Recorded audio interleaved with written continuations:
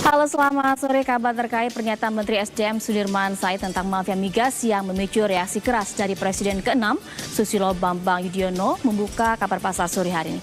Bersama saya Iki Suharjo, kabar pasar hari ini akan membahas seperti apa dan bagaimana sebenarnya sepak terjang mafia migas di masa lalu. Dan untuk mengetahui lebih lanjut di studio sudah hadir Bapak Marwan Batubara, pengamat energi. Selamat sore Bapak. Selamat sore. Langsung saja Pak, pada pekan lalu Petral secara resmi sudah dibubarkan. Apakah ini artinya sudah tidak ada lagi mafia migas?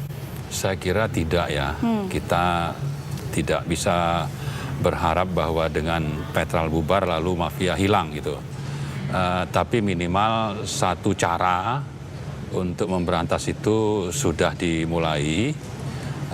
Cuma langkah penting lain yang kita harapkan untuk segera diambil pemerintah adalah bagaimana menerapkan tata kelola perusahaan yang baik di Petral dan juga di Pertamina atau di ASC ya, terutama ASC itu memang bagian dari Pertamina karena Petral sudah bubar. Jadi prinsip good corporate governance itu harus benar-benar dijalankan di Pertamina. Oke, Ya. berarti masih ada PR bagi Betul, pemerintah betul, begitu ya, betul. tidak berarti ini mafia migas hilang begitu Betul, saja. Ya? betul. Nah, kenapa selama ini Petral dituding sebagai mafia migas? Ada pengadaan minyak yang tidak efisien. Sebenarnya bagaimana peranan atau permainan Petral dalam hal mafia migas selama ini? Ya, kemungkinan besar itu ya, Petral bisa saja memakap harga dalam misalnya membeli minyak mentah atau BBM untuk kebutuhan dalam negeri. Atau Petral misalnya mendapatkan diskon, tapi diskon ini tidak dipastru ke perusahaan secara menyeluruh. Mungkin saja dapat diskon misalnya sekitar 0,7 dolar misalnya atau 0,7% terhadap harga, tapi yang diakui hanya 0,2 atau malah dikatakan tidak ada diskon misalnya. Padahal kan ini Petral perusahaan milik negara. Ini artinya ada permainan dari Ya, ada macam-macam lah begitu. Sehingga akibatnya memang Petral itu tidak mendapatkan harga yang semestinya dinikmati oleh Pertamina atau oleh rakyat. Gitu. Baik. Nah, setelah menggantikan Petral dengan ISC, Pertamina juga mengaku telah menghemat 22 juta dolar Amerika selama 3 bulan begitu. Nah, apa ini artinya Pertamina sudah berhasil mengatasi mafia migas atau bagaimana? Saya kira itu bisa saja dari yang saya sebutkan tadi bahwa ada diskon yang tidak 100% besarnya diskon itu ditransfer kepada perusahaan, tapi ada sebagian orang atau manajemen atau orang-orang yang terlibat dalam mafia itu yang mengambil diskon itu, bukan diserahkan, atau diskon itu kan mestinya dinikmati oleh perusahaan dan oleh Pertamina misalnya sebagai pembeli, tapi diambil sebagian besar oleh orang-orang yang tergabung dalam mafia itu, termasuk juga orang-orang yang ada di Petral. Nah, dalam 6 bulan pemerintahan Jokowi JK ini sudah berhasil untuk membubarkan Petral. Mengapa hal yang sama tidak dilakukan di pemerintahan sebelumnya? Mengapa demikian? Ya, saya bisa saja ini memang ada oknum-oknum di pemerintahan itu yang menjadi bagian dari mafia yang menikmati rente dari perdagangan minyak itu sendiri, terutama dari pembelian minyak mentah dan BBM. Mereka sengaja mempertahankan karena kalau bubar rentenya bisa hilang, maka oknum-oknum ini berupaya untuk mempertahankan supaya rente akan terus mengalir seperti itu. Jadi ada yang menikmati, kebetulan oknum ini punya kekuasaan misalnya, maka mereka akan mempertahankan, oknum-oknum ini akan mempertahankan supaya Petral itu tetap eksis. Tetap eksis ya. Ada yang pernyataan Menteri SDM membuat mantan Presiden SBY merasa difitnah. Tanggapan Bapak bagaimana? Padahal kan SBY mengaku menterinya tidak pernah mengusulkan untuk membubarkan Petral sendiri. Ya, saya kira menteri kalau bicara mungkin dia punya fakta, punya bukti gitu ya. Tapi memang akan lebih bagus kalau seandainya pun bicara itu sambil menunjukkan bukti. Tapi karena sudah terlanjur disampaikan dan ada reaksi yang cukup keras ya dari Pak SBY, ya saya kira wajar juga ada reaksi. Jadi Pak Sudirman mungkin saja ada blunder, terlalu mungkin merasa ini sesuatu yang menggembirakan yang perlu disampaikan kepada publik dengan bubarnya Petral, bahwa mereka berhasil membubarkan Petral, jadi ada euforia, lalu bisa saja secara tidak sengaja mengungkap tentang keterlibatan Pak SBY tadi. Tapi di sisi lain bisa juga karena Pak Sudirman itu punya keyakinan bahwa memang beliau itu punya peran yang cukup penting dalam kasus Petral ini, sehingga merasa ya tidak perlu ditutup-tutupi. Nah, karena itu ya, karena juga Pak SBY merasa difitnah, kita berharap audit yang dilakukan oleh yang diminta oleh Pertamina dilakukan terhadap Petral, dan ini jangan dibatasi cuma setahun 2 tahun terakhir, tapi ya selama Petral itu ada. Iya, audit forensik audit ya. Semuanya ya. Nah, dari audit itu nanti akan ada misalnya seperti tadi saya sebutkan, Pak Sudirman yakin ada penyelewengan, maka siapa yang terlibat dalam penyelewengan ini supaya diadili. Oke, nah, nanti dari pengadilan itulah akan terungkap siapa yang benar, apakah Pak Sudirman atau beliau hanya sekedar memfitnah. Tapi ini tidak hanya diaudit, tapi juga harus ditindaklanjuti. Harus ditindaklanjuti. Ya? Jadi kalau ada audit, ada temuan, dalam hal ini bisa dikategorikan sebagai pelanggaran aturan atau undang-undang, atau ada kerugian negara. Kalau ada 2 faktor ini, maka harus ada tindak lanjut. Jangan sekedar didiamkan. Apalagi jangan sampai juga Pak Jokowi menjadikan hasil audit itu menjadi alat untuk membarter kasus. Kita tidak ingin itu. Dan sekaligus dengan adanya audit, ada pengadilan, seandainya Pak SBY itu benar, namanya kan bisa dibersihkan. Sebaliknya Pak Sudirman sudah memfitnah, itu wajar juga dapat hukuman. Maka sangat penting bagi rakyat. Audit adalah kuncinya. Baik, nah Sudirman Said, Pak Sudirman Said juga mengatakan bahwa banyak sekali reformasi di sektor migas yang berhenti di tahun 2009. Nah, jawabannya sesaat lagi Bapak nanti. Dan pemirsa, Kabar Pasar masih akan kembali. Tetap bersama kami.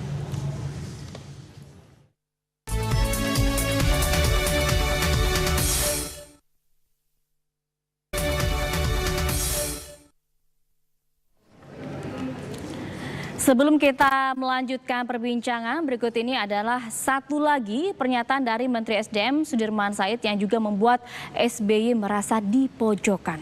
Berikut cuplikannya. Saya ingin jelaskan beberapa hal yang mungkin tadi dikatakan banyak PR lama yang memang alhamdulillah satu persatu sudah diselesaikan. Umpamanya RUU Migas itu kan harusnya sudah direvisi sejak diputuskan oleh Mahkamah Konstitusi tahun 2009. Itu selama 5 tahun tidak bergerak, dan dalam 4-5 bulan terakhir alhamdulillah tim di SDM menyelesaikan draftnya, dan draftnya sudah dikomunikasikan ke DPR. Ini tinggal menunggu waktu, jadi ada satu dan gitu. Kemudian saya kira cerita yang sekarang beredar soal Petral itu sesuatu yang sejak lama dibahas kan, tetapi sekarang ini kemudian diputuskan, kemudian pemerintah memutuskan, Pertamina memutuskan, pemerintah mendukung, Presiden sangat support semua langkah-langkah ini. Jadi satu garis. Presiden setuju ya? Semua langkah dikonstruksikan oleh Presiden, dan Presiden sangat konsisten supportnya sejak awal sampai hari ini. Maksud saya Presiden tidak kaget, kok bisa kalian? Saya ditanya banyak orang tuh, kok berani katanya. Loh, nggak beraninya di mana? Ini kan cuma soal menyehatkan supply, gitu kan? Menyehatkan pasokan, jadi tidak ada yang luar biasa. Dan kalau orang bicara mafia itu sebetulnya ini bukan true mafia. Kalau mafia itu kan kita membayangkan cerita-cerita Don Corleone, gitu ya, cerita Al Capone, cerita Escobar, itu sesuatu yang memang betul-betul organized crime, di mana tidak saja bermodalkan regulasi, bayar politisi, bayar aparat keamanan, bahkan dengan ancaman pembunuhan. Ini kan orang-orang yang bekerja hanya dengan modal keberanian menyuap, gitu ya, menyogok para pejabat yang korup gitu, kemudian menyogok politisi yang mau terima. Selebihnya tidak ada yang luar biasa. Enteng lah ya. Enteng-enteng saja. Yang diperlukan adalah regulasi yang benar, kemudian jelaskan pada masyarakat, selesai sudah gitu. Tentu saja ada komunikasi di belakang, tapi menurut saya ini bukan hal yang berat-berat amat, karena sebetulnya tadi modalnya hanya kemampuan atau ketegaan gitu ya, mengangkangi sistem sambil menyuap kiri kanan. Dan ketika musim suap ini selesai, rasanya akan selesai juga. Jadi ini sesuatu yang sederhana menurut saya. Ya, melanjutkan pernyataan dari Bapak Sudirman Said ini bahwa ada PR mungkin reformasi di sektor migas yang sempat berhenti di tahun 2009. Ya. Tanggapannya, Pak? Ya, memang faktanya banyak hal-hal yang tertunda atau malah tidak diperbaiki pada era SBY selama misalnya 5 tahun terakhir memerintah. Pertama, kalau disebutkan tentang RUU Migas, betul bahwa sebetulnya dari warisan DPR 2004-2009 sudah ada RUU Migas yang mestinya selama 5 tahun DPR dan pemerintah 2009-2014 itu bisa menyelesaikan, waktunya 5 tahun. Tapi seolah ini ada kesengajaan untuk tidak menuntaskan. Karena faktanya di 2004 sebetulnya MK sudah menyatakan ada 3 pasal dalam Undang-Undang Migas yang sekarang ini bertentangan dengan konstitusi. Itu sudah menjadi hal yang sangat mendesak untuk kita lakukan perbaikan di Undang-Undang Migas itu sendiri. Tapi tidak dilakukan. Lalu di 2012 ditambah lagi dengan keputusan MK ada 13 pasal Undang-Undang Migas itu yang bertentangan dengan konstitusi. Jadi semakin mendesak untuk kita punya Undang-Undang Migas baru. Tapi itu tidak dilakukan. Itu satu ya. Jadi bicara aturan undang-undang misalnya itu tidak dituntaskan. Yang kedua misalnya soal birokrasi dan perizinan. Bertahun-tahun keluhan dari investor di sektor migas itu adalah tentang bermasalahnya birokrasi dan perizinan di Indonesia. Tapi tidak ada upaya untuk misalnya membuat menjadi satu pintu.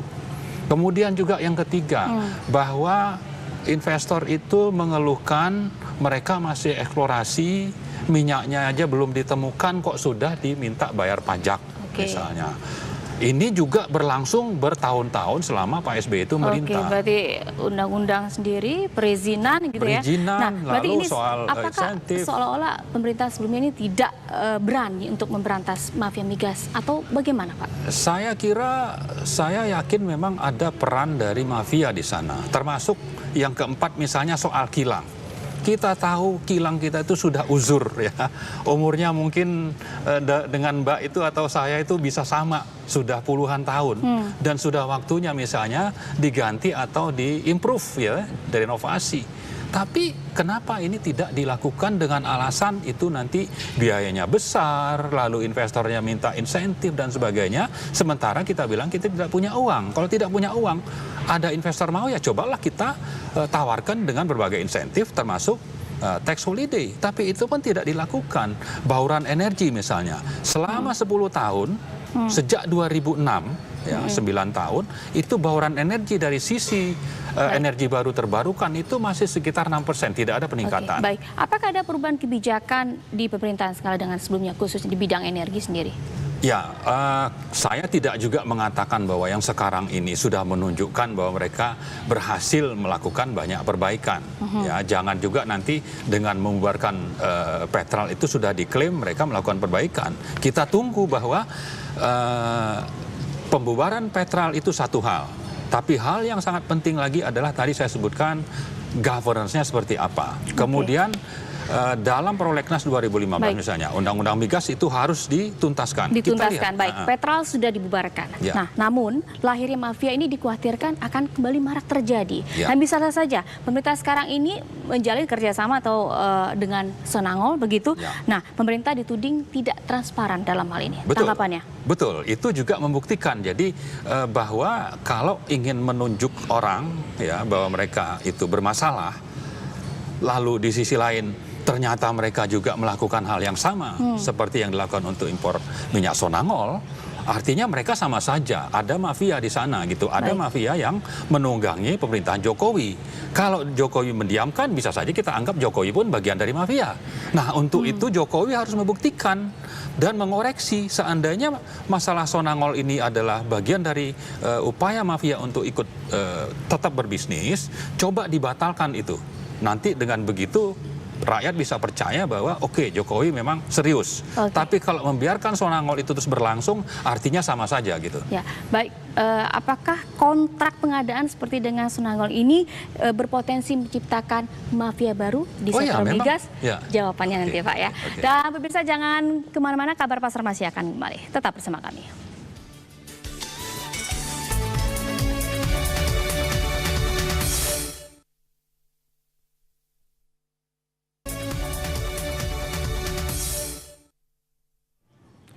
Kembali kita lanjut ke perbincangan kita dengan Bapak Marwan Batubara, pengamat energi. Ini terkait dengan kontrak pengadaan dengan Sonangol tadi, Pak. Ya. Berpotensi menciptakan mafia baru di sektor migas. Ya.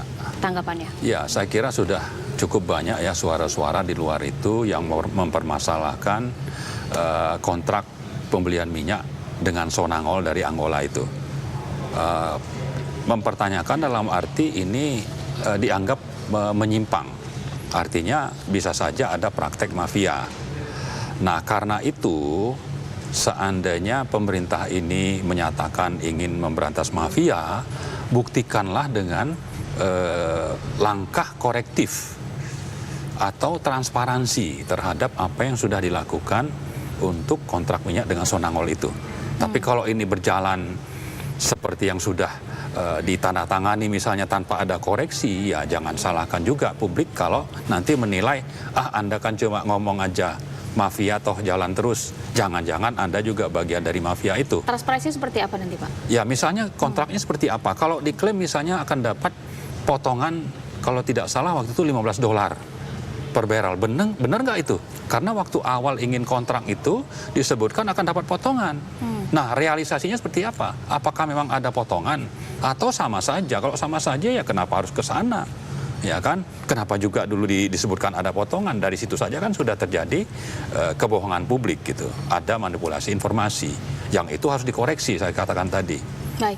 Nah, ada desakan reshuffle yang terhadap Menteri SDM Sudirman Said yang memang saat ini sangat kencang begitu ya. Nah, apakah memang perlu dilakukan atau memang desakan ini juga merupakan bagian dari mafia itu sendiri? Saya kira kalau soal reshuffle itu kan pertimbangannya bisa macam-macam. Ada pertimbangan karena kinerja, ada kepentingan politik, atau ada juga misalnya gerakan dari orang-orang yang tidak menyenangi Pak Sudirman atau Pak Jokowi. Jadi tiga hal ini bisa menjadi faktor yang saya kira Presiden harus jeli. Apa sebetulnya yang memang bisa diambil sebagai keputusan sesudah mempertimbangkan aspek-aspek ini. Saya cenderung sebetulnya kinerja Pak Sudirman selama ini sudah cukup bagus lah ya, ada prestasi sehingga tidak juga harus buru-buru di reshuffle atau diganti dengan menteri lain. Saya menganggap beliau salah satu yang kinerjanya cukup bagus. Begitu ya. Ya, jadi memang... cuma tadi soal politika, ada kepentingan mafia kah, ini kan bisa bercampur baur dengan masalah kinerja yang seharusnya menjadi penilaian utama. Jadi jangan terburu-buru lah Presiden untuk mencopot atau reshuffle gitu ya, menterinya begitu. Baik, terima kasih Bapak Marwan Batubara, pengamat energi sudah bergabung bersama kami di TV1 sore hari ini. Terima kasih Bapak. Dan perbincangan kami dengan Bapak Marwan Batubara tadi sekaligus menutup perjumpaan kita dalam Kabar Pasar sore hari ini. Saya Eki Suharjo undur diri, terima kasih dan sampai jumpa.